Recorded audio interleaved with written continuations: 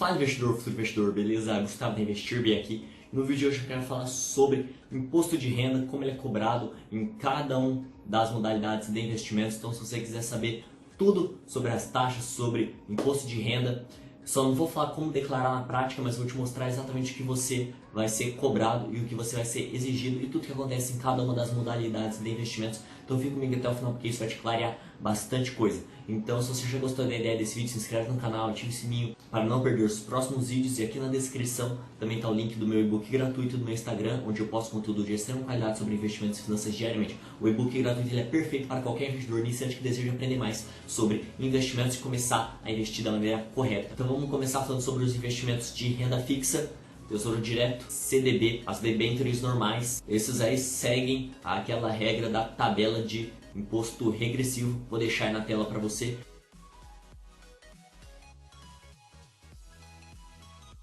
Essa é a tabela que incide sobre esses investimentos. Agora, as LCI, LCA e as debêntures incentivadas, elas são isentas de imposto de renda, então você não tem que pagar nada por estar investindo nessas modalidades de investimentos. Lembrando que as letras de crédito e o COI também seguem a regra da tabela de imposto regressivo, tá bom? Vale ressaltar que se você vender esses investimentos num prazo de até 30 dias, você tem que pagar IOF. A poupança, CRI, CRA também são investimentos isentos de imposto de renda. Quem tem que fazer a declaração do imposto de renda em 2020 é se teve em 2019 rendimentos superiores a R$ 28.559,70, rendimentos isentos de aplicações financeiras acima de 40 mil ou sujeitos à tributação definitiva, operações realizadas na Bolsa de Valores, então um centavo que você investiu na Bolsa de Valores tem que declarar, lucro na venda de bens e direitos, receita bruta da atividade rural acima de R$ 142.798,50 e propriedades no valor superior a R$ 300 mil.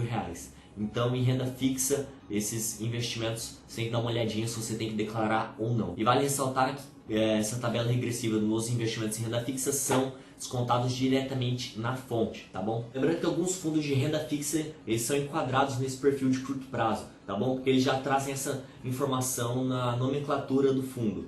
Já a maioria dos fundos no mercado tem a característica de serem de longo prazo, como alguns fundos de renda fixa e multimercados. Vale ressaltar que os ETFs e os fundos imobiliários também são fundos de investimentos, mas eu vou falar para eles mais para frente. Então agora vamos falar mais específico então sobre a diferença entre a tributação nos fundos de curto prazo e os de longo prazo, pois nos fundos também ocorre a incidência de come-cotas, então tem que ter uma atenção especial sobre os fundos. Os fundos do multimercado de renda fixa e cambial, eles sofrem influência do come-cota, então que ele reduz o número de cotas que você tem desse fundo e é um desconto que ocorre automaticamente no mês de maio e novembro.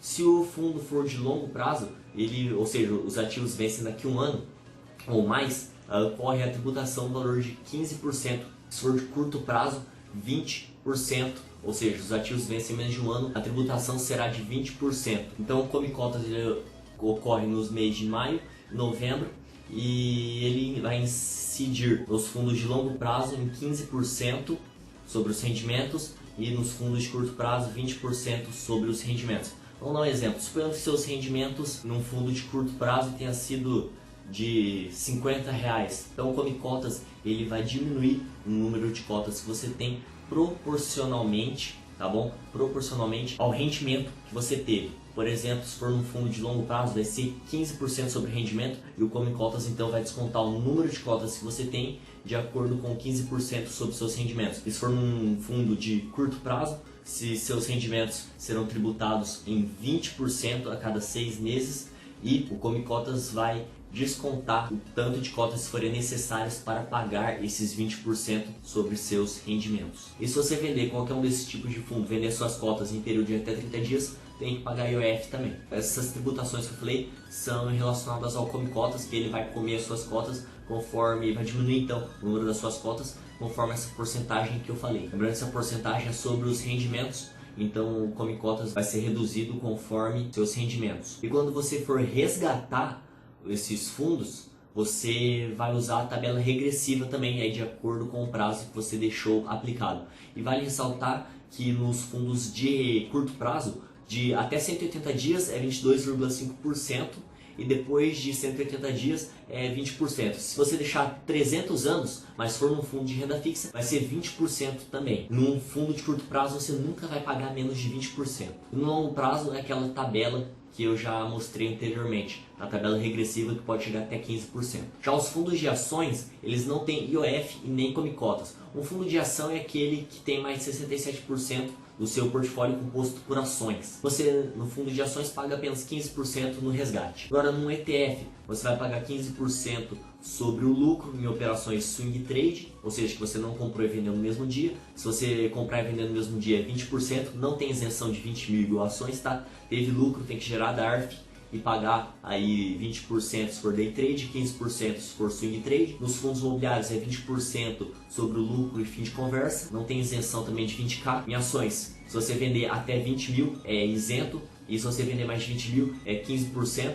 E no day trade não tem essa isenção, é 20% sobre o lucro. Só uma observação, o come cotas que eu falei lá nos fundos de multimercado, renda fixa e cambial, ele é descontado automaticamente no último dia útil de maio e novembro, então você não tem que se preocupar com isso, ele apenas é tributado e depois quando você for resgatar, você vai pagar de acordo com a tabela regressiva. E lembrando, se for um fundo de curto prazo, então vai ser apenas o mínimo 20%, não tem menos do que isso. E se for num fundo de longo prazo, acima de um ano, aí sim você vai, de acordo com a tabela regressiva, poder chegar a 15%. Dando um exemplo sobre as ações, né, se você vender R$19.999 e tiver tido lucro, você não tem que pagar nada, apenas fazer a declaração. Na bolsa de valores, qualquer coisa que você tenha comprado, também tem que declarar. Então eu espero que vocês tenham gostado das informações rápidas desse vídeo. Se você gostou, deixe seu joinha, se inscreve no canal, ative o sininho para não perder os próximos conteúdos. Também confira todos os materiais na descrição, tenho certeza que você vai gostar demais. Até o próximo vídeo e fui!